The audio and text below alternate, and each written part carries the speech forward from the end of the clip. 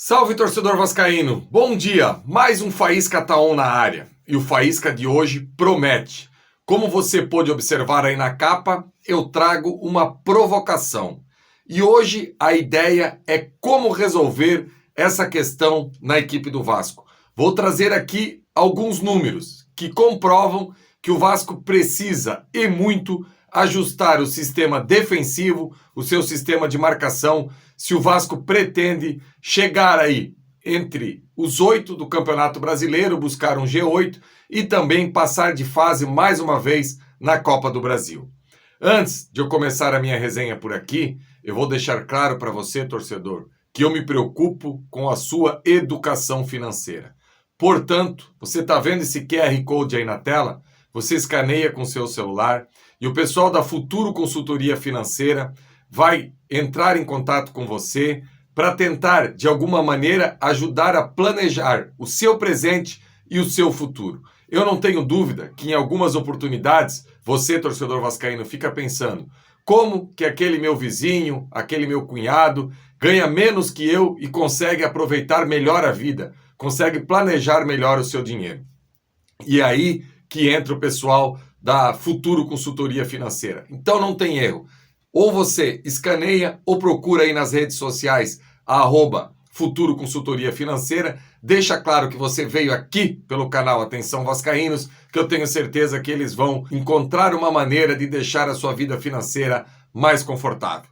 Torcedor, depois da vinheta eu volto, provocando, explicando e trocando ideia com você. Como que o Rafael Paiva vai tentar arrumar esse Vasco para que a gente possa competir ainda mais de agora até o final do ano. Se liga aí!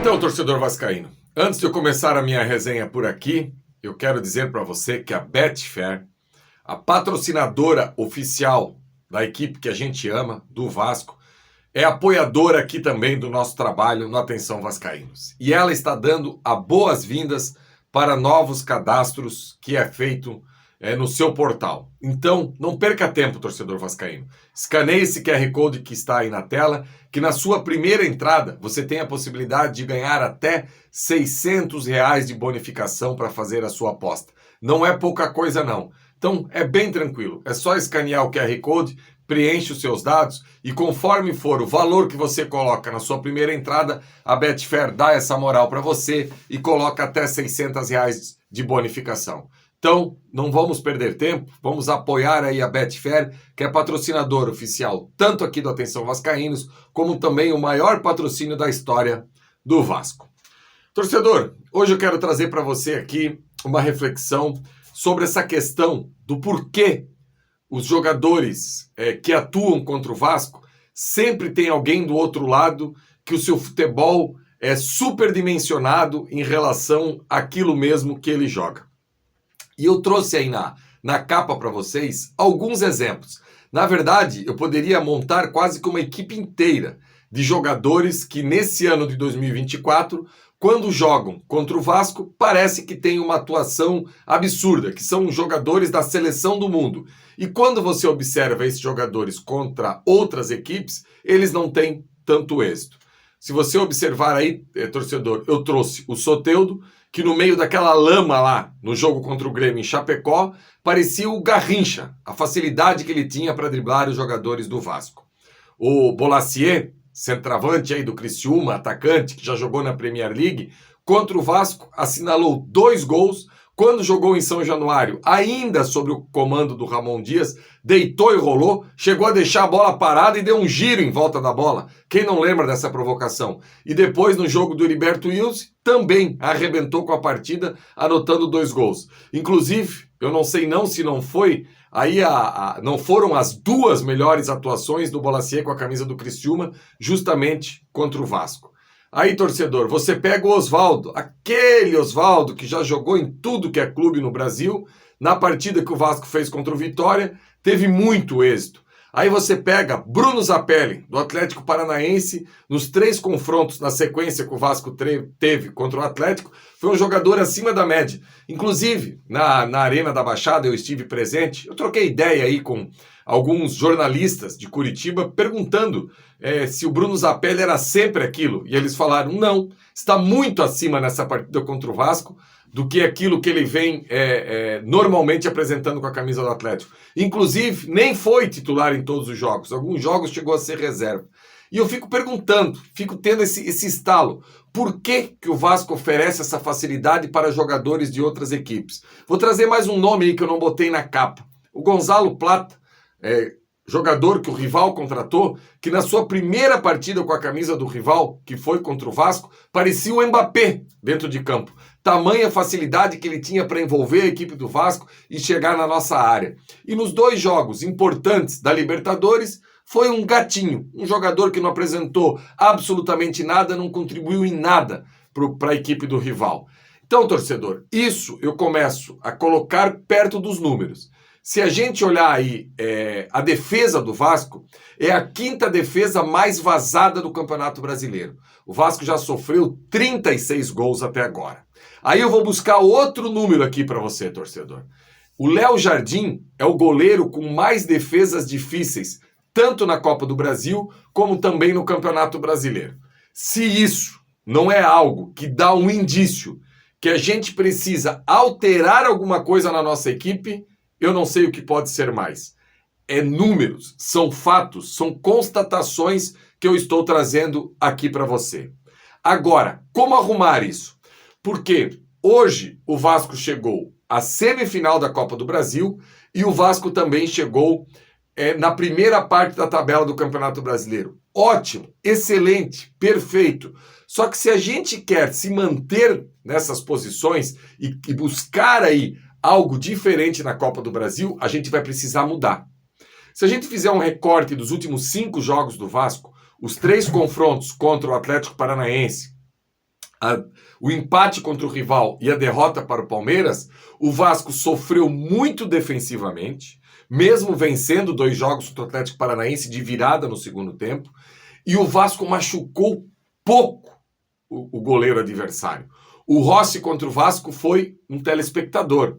O Everton, do Palmeiras, fez uma defesa, que eu lembro aqui de cabeça, numa cabeçada do Verratti. Aliás, uma jogada que o Vasco usa e faz muito bem.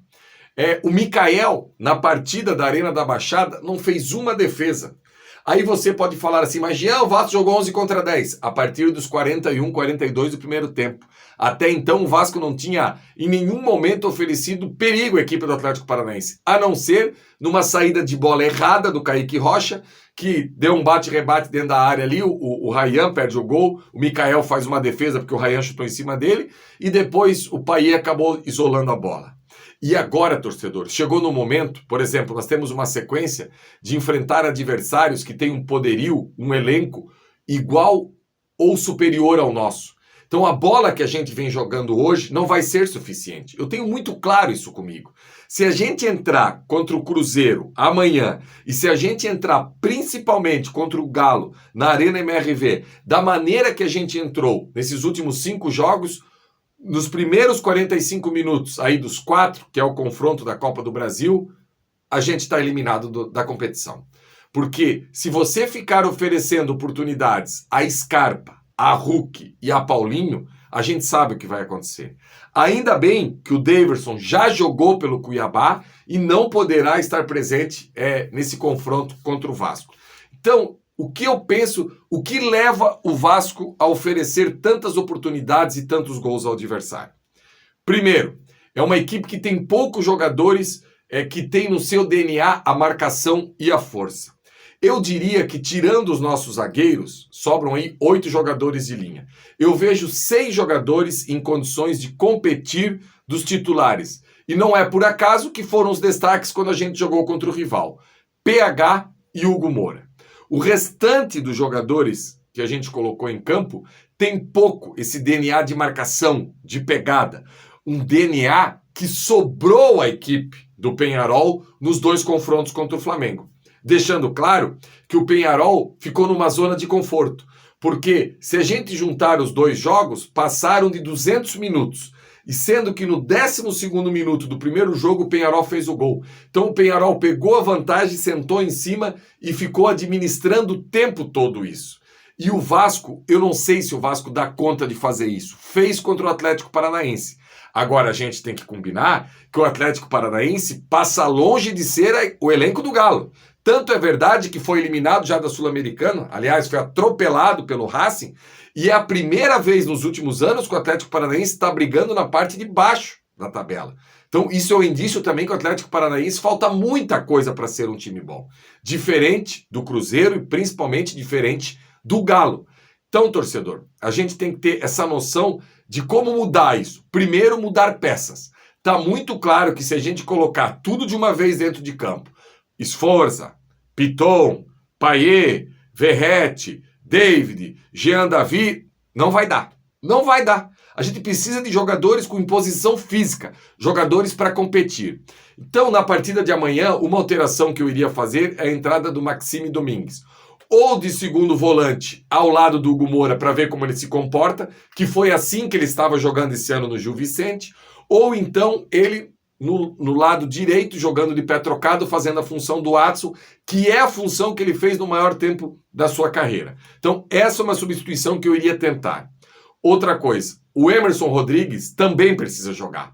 Porque a força que ele impõe pelas beiradas, o volume de jogo que ele coloca, é algo que hoje a gente não pode abrir mão. A gente precisa ter um jogador desse tipo que a todo momento fica arrastando o adversário para trás.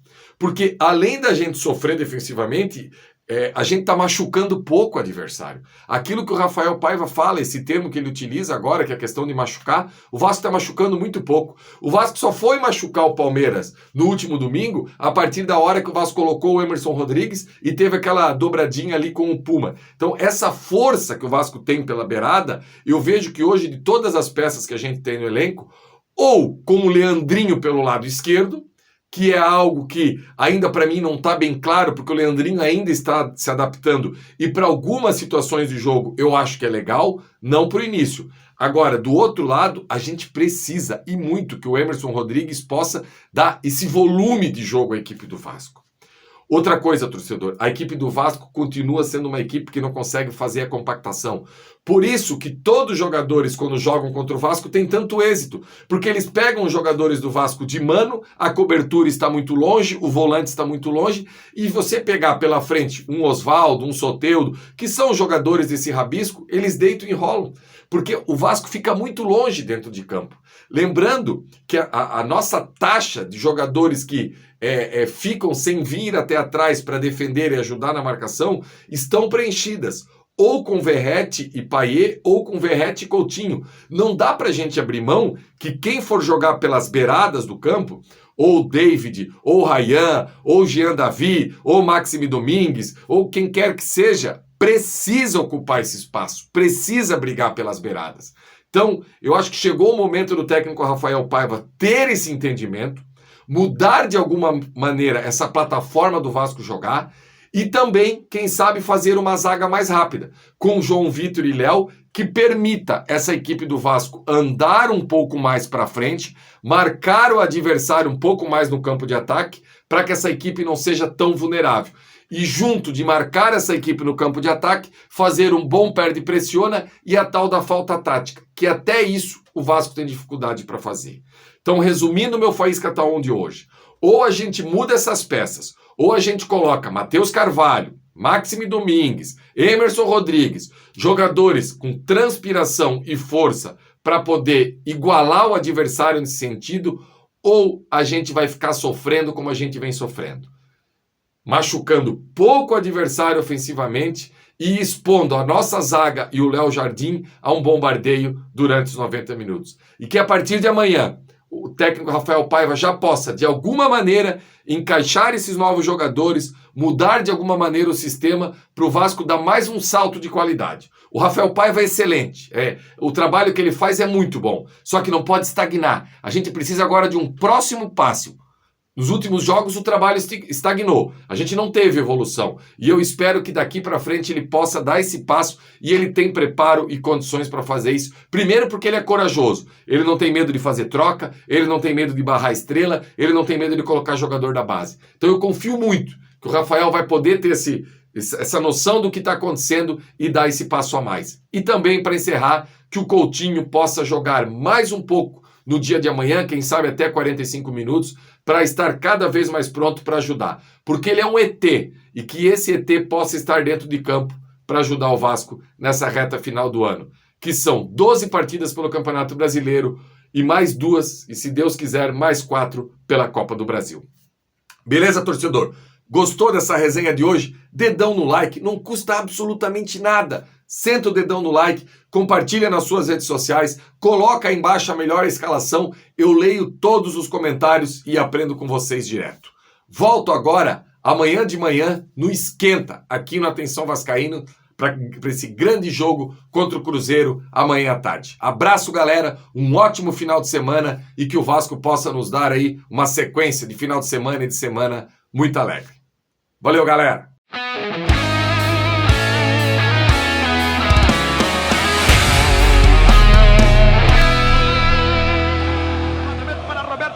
Sozinho, atenção, vai enfiar, gol!